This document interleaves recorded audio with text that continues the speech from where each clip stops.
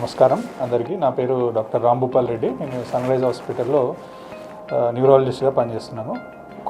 కొన్ని టాపిక్స్ మీద అంటే కామన్గా మనకి నరాలకు సంబంధించి వచ్చే జబ్బుల గురించి కానీ వాటి లక్షణాల గురించి కానీ కొద్దిసేపు మనం డిస్కస్ చేద్దాం. ఇప్పుడు మొట్టమొదటిగా అంటే బ్రెయిన్కి సంబంధించిన స్ట్రోక్ లక్షణాలు, వాటిని ఎలా మనము గుర్తుపట్టి తొందరగా దాన్ని ఐడెంటిఫై చేసి దాన్ని ట్రీట్మెంట్ ఎలా తీసుకోవాలనే దాని గురించి ఇప్పుడు ఫస్ట్ మాట్లాడతాం. దీనికి కామన్గా మన దగ్గరికి మన ఓపీలో కానీ ఎమర్జెన్సీలో కానీ కామన్గా వచ్చే కేసు అంటే బ్రెయిన్ స్ట్రోక్స్ ఉంటాయి. అంటే పెరాలసిస్ కానీ, మాట పడిపోవడం కానీ, లేకపోతే విపరీతమైన తలనొప్పి, వామిటింగ్స్ ఇట్లాంటివి. సో వీటిని సులభంగా గుర్తుపట్టడానికి బీ ఫాస్ట్ అని ఒక నిమోనిక్ ఉంటుందండి. అంటే బీ ఫాస్ట్ అంటే ఏవే లక్షణాలు వచ్చినప్పుడు అంటే ఎంత తొందరగా వీలైతే అంత తొందరగా గుర్తించి హాస్పిటల్కి వెళ్ళడానికి పనికొచ్చే లక్షణాలు. సో వాటిలో మనకి బీ అంటే ఫస్ట్ బీ అంటే బ్యాలెన్స్, సడన్గా నుంచున్న మనిషి బ్యాలెన్స్ ఆగలేక పడిపోవడం కానీ. రెండోది ఈ అంటే ఐ సైన్స్, అంటే సడన్గా కంటి చూపు తగ్గిపోయినట్టు ఒక సైడ్ కానీ రెండు సైడ్లు కానీ, లేదంటే డబుల్ కనిపించడం కానీ, ఇట్లాంటి లక్షణాలు. నెక్స్ట్ ఎఫ్ అంటే ఫేస్, అంటే ముఖం ఒక సైడు మూతి వంకర అయినట్టు కానీ, నవ్వినప్పుడు బ్యాలెన్స్ అంటే ఒక సైడ్ ఎక్కువ బెండ్ అయిపోయినట్టు కానీ, లేదు ఒక సైడ్ ఫేస్ ముఖం మీద తిమ్మిరి కానీ ముద్దుబారినట్టు అనిపించడం కానీ, ఇది ఫేస్కి సంబంధించింది. నెక్స్ట్ ఆర్మ్ అంటే కాళ్ళు కానీ చేతులు కానీ ఒక సైడు పేషెంట్ని లేపలేకపోవడం, అంటే చెయ్యి ఒక సైడ్ బాగా లేస్తుంది, ఇంకో సైడ్ దానిలాగా లేవట్లేదు, లేదు చెయ్యి మొద్దుబారినట్టు అనిపించడం, లేదు చెయ్యి తిమ్మిరి వచ్చినట్టు అనిపించడం, ఇది కాలు చేయికి సంబంధించింది. నెక్స్ట్ స్పీచ్ అంటే మాట నత్తిగా రావడం, లేదంటే మరీ ఆగినట్టు అనిపించడం, లేదంటే చెప్పింది అర్థం చేసుకోలేకపోవడం, ఇది స్పీచ్కి సంబంధించి.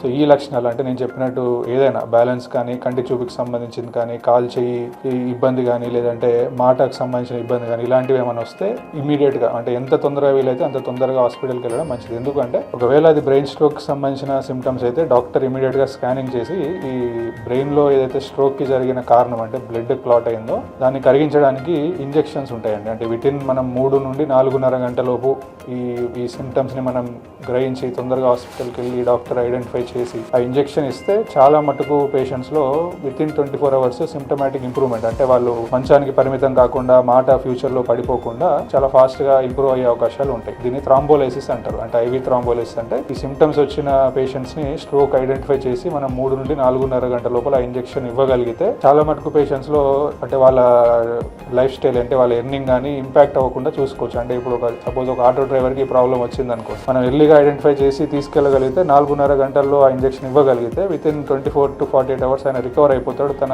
డే టు డే యాక్టివిటీస్ చేసుకోగలుగుతారు. ఒకవేళ ఇది మనం ఈ సిమ్టమ్స్ ఐడెంటిఫై చేయడంలో ఆలస్యం జరిగి ఆ ఇంజెక్షన్స్ ఇవ్వలేకపోతే కొన్నిసార్లు మంచానికే పరిమితం అయిపోవచ్చు లైఫ్లో జీవితాంతం కానీ, లేదంటే ఒక 3 నెలలు 4 నెలలు ఇబ్బంది పడవచ్చు.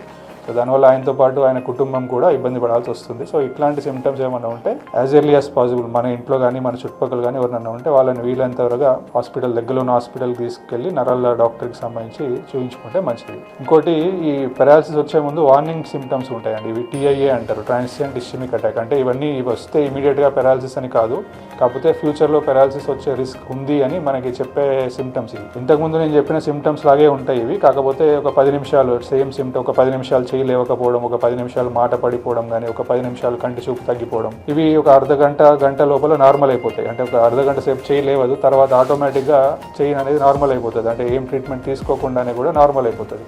ఇది నార్మల్ అయిపోయింది కదా అని మనం దాన్ని నెగ్లెక్ట్ చేయకూడదు. ఎందుకంటే రేపు ఫ్యూచర్లో వచ్చే నెలలో కానీ వచ్చే 3 నెలల్లో కానీ ఈ సిమ్టమ్స్ వచ్చిన పేషెంట్స్ 100లో ఒక 20% మందికి డెఫినెట్గా స్ట్రోక్ వచ్చే రిస్క్ ఉంటుంది. అంటే నాకు ఒకసారి చేయి లేవలేదు, మళ్ళీ పేషెంట్స్ వస్తుంటారు చాలామంది, ఒకసారి అయింది సార్ చేయి అట్లా లేవలేదు, నాకు మళ్ళీ 10 నిమిషాల్లో నార్మల్ అయిపోయింది, సో దానికి ఏం చేయమంటారు అంటే మనం చెప్తాం, అమ్మ ఈ సిమ్టమ్స్ కొంచెం వార్నింగ్ సిమ్టమ్స్ లాగా ఉన్నాయి, దీనికి సంబంధించి కొన్ని టెస్టులు ఉంటాయి, ఎందుకంటే ఎందుకు ఇట్లా అయింది అని తెలుసుకొని ఫ్యూచర్లో స్ట్రోక్ రాకుండా కాపాడుకోవచ్చు. సో దీన్ని TIA అంటారు. సో ఇట్లాంటి సిమ్టమ్స్ ఒక 5 నిమిషాలు 10 నిమిషాలు వచ్చి తగ్గిపోయింది కదా అని నెగ్లెక్ట్ చేయకుండా వీలైనంత తొందరగా డాక్టర్ దగ్గరికి వెళ్ళి చూపించుకోవాలి. దానికి కారణాలు ఏంటి అని చూపించుకొని ఫ్యూచర్లో స్ట్రోక్ వచ్చే రిస్క్ తగ్గించుకోవచ్చు.